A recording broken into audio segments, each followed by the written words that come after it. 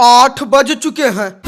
बारात भी आने वाली होगी, लेकिन हालत ऐसी हो रखी है कि सबको बता दे तो इज्जत उतर जाएगी और ना बताए तो भी इज्जत उतर जाएगी। अब का कैसा का जात है, करम फूटा रहा हम सब का। जो ये है हलवाई का बुलावा के खाना बनावे खातिर। अब पछताने से क्या फायदा, सारी इज्जत का हलवा बन गया। सारी की सारी गलती तुम्हारे इस लड़के की है। क्या जरूरत थी हलवाई पे चिल्लाने की? अरे फूफा जी, इसमें हमारी गलती क्या है? और चलिए माना कि हमने हलवाई पर चिल्लाया था, लेकिन आप तो उसे मारने के लिए दौड़ पड़े थे। मिलवा दिए सारा इज्जत पानी में, भाग गया हलवाई दुल्हन लेकर। मेरी ही गलती थी जो आपको बुला लिया शादी में। ठीक है, नहीं अगर इन सब में हमारी ही गलती है तो ठीक है, अभी चले जाते हम तुम्हारे इस घर से, फिर धूमधाम से मना लेना बिना दुल्हन वाली शादी। साला खुद के बेटे बेटियों को तमीज सिखा नहीं पाएंगे और गलती देंगे दूसरों की। और ये बच्चा, ये तुम सामान लेके कहाँ जा रहे हो? अपने घर जा रहे हैं पंडित जी, अब हम और नहीं रुक सकते इस शादी में। नहीं बच्चा, तुम ऐसा नहीं कर सकते, क्योंकि यहाँ बारात पहुँच चुकी है और हमारे अनुसार बारात के पहुँचने पर यदि कोई घराती घर छोड़कर बाहर जाता है तो ये बहुत ही बड़ा अपशगुन होता है और इसके कारण होने वाली शादी भी टूट सकती है। हम चाहे घर छोड़ के जाएं या ना जाएं, ये शादी तो वैसे भी टूट जाएगी।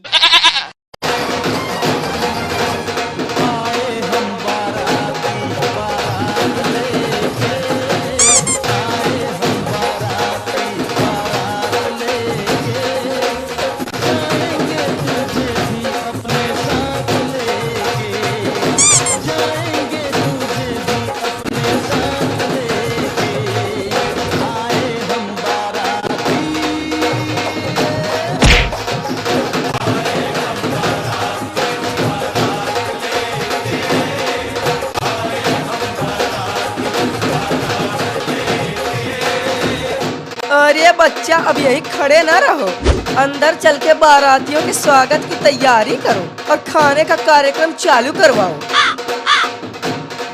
बारात तो आ गई है, लेकिन दूल्हा कहीं दिखाई नहीं दे रहा।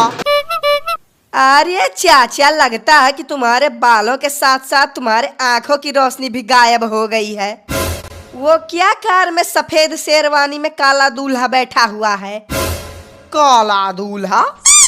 जब इतनी रोशनी में ये कलुआ दूल्हा दिख नहीं रहा तो रात के अंधेरे में ये ऐसे गायब हो जाएगा जैसे तुम्हारी खोपड़ी से दिमाग। साला, एक तो वैसे ही सुबह से भूखे पेट बैठे हैं ताकि शादी का बढ़िया बढ़िया खाना खा सके, और यहाँ घर वाले हैं कि खाना पीना शुरू कराने का नाम ही नहीं ले रहे हैं। अरे चाचा, तुमसे कहीं ज्यादा गिरे हुए नीच इंसान तो हम हैं।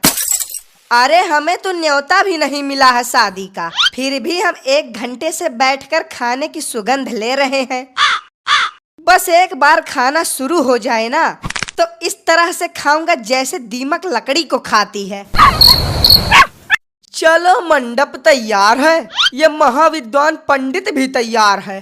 बस एक बार दूल्हा और दुल्हन तैयार होके आ जाएं, उसके बाद शादी करा के मुंह मांगी दक्षिणा लूंगा। अरे ओ सफेद बाल वाले बच्चा, जरा यहाँ आना। जाओ दुल्हन के पिता से कहो कि दुल्हन को तैयार करके मंडप में भेजे, शादी के मुहूर्त का समय निकला जा रहा है। नहीं पंडित जी, नहीं पंडित जी, नहीं पंडित जी, भले ही ये शादी ना हो, भले ही मुझे पता है कि दुल्हन हलवाई के साथ भाग गई है। क्या? दुल्हन हलवाई के साथ भाग गई है? ये आपको किसने बताया? अभी तुम्ही ने तो कहा कि दुल्हन हलवाई के साथ भाग गई है। अरे नहीं पंडित जी, लगता है कि आपने कुछ गलत सुना है। हमने तो ये कहा है कि भले ही दुल्हन हलवाई को अपना भाई मानती है। हमने गलत सुना है? इतना गलत कैसे सुन लिया हमने? पंडित जी, हमें लगता है कि आपने अपना चश्मा नहीं लगा रखा, इसीलिए शायद आपको गलत सुनाई दे रहा होगा। हाँ बच्चा, बात तो तुम्हारी सही है। लगता है कि चश्मा न लगाने के कारण ही हमको कम सुनाई दे रहा है। चलो बच्चा, कोई नहीं, इतना भूल तो हो ही जाता है। अरे ओ भगेड़ी दुल्हन के पिताजी, बस यहीं बैठे रहो आराम से। और वहाँ पंडित दुल्हन को मंडप में बुलाने की बात कर रहा है।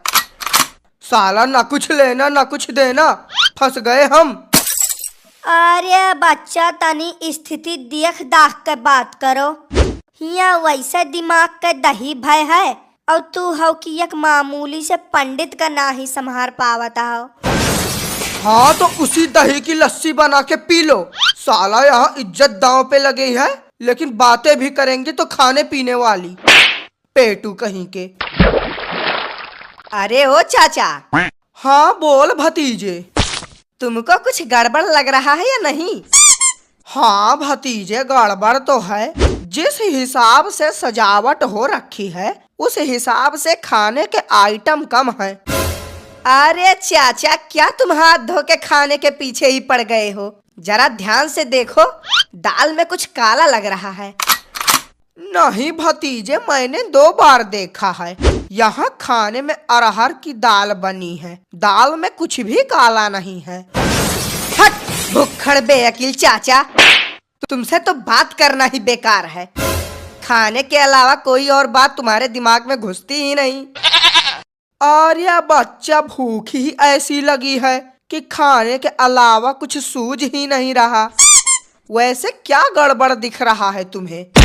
गड़बड़ नहीं चाचा, महा गड़बड़ है। अब देखो, आज यहाँ शादी होनी है, लेकिन किसी के भी चेहरे पर खुशी दिखाई नहीं पड़ रही। इन सबको देख के ऐसा लगता है जैसे कि क्या जैसे कि भतीजे, क्या जैसे कि? इन सभी को देख के ऐसा लगता है जैसे कि दुल्हन घर से भाग गई हो। क्या दुल्हन घर से भाग गई? अरे चाचा, थोड़ा धीरे बोलो। अभी हमें भी पता नहीं है कि दुल्हन घर से भागी है या नहीं। हम तो बस खाली अंदाजा लगा रहे हैं। क्या सही है क्या गलत, हम अभी पता करके आते हैं। और भाई साहब, तबीयत पानी सब बढ़िया? लगता है कि भाई साहब सुने नहीं। अरे ओ भाई साहब, हम आपसे ही पूछ रहे हैं, तबीयत पानी सब बढ़िया है? गजब के घमंडी इंसान है आप भाई साहब।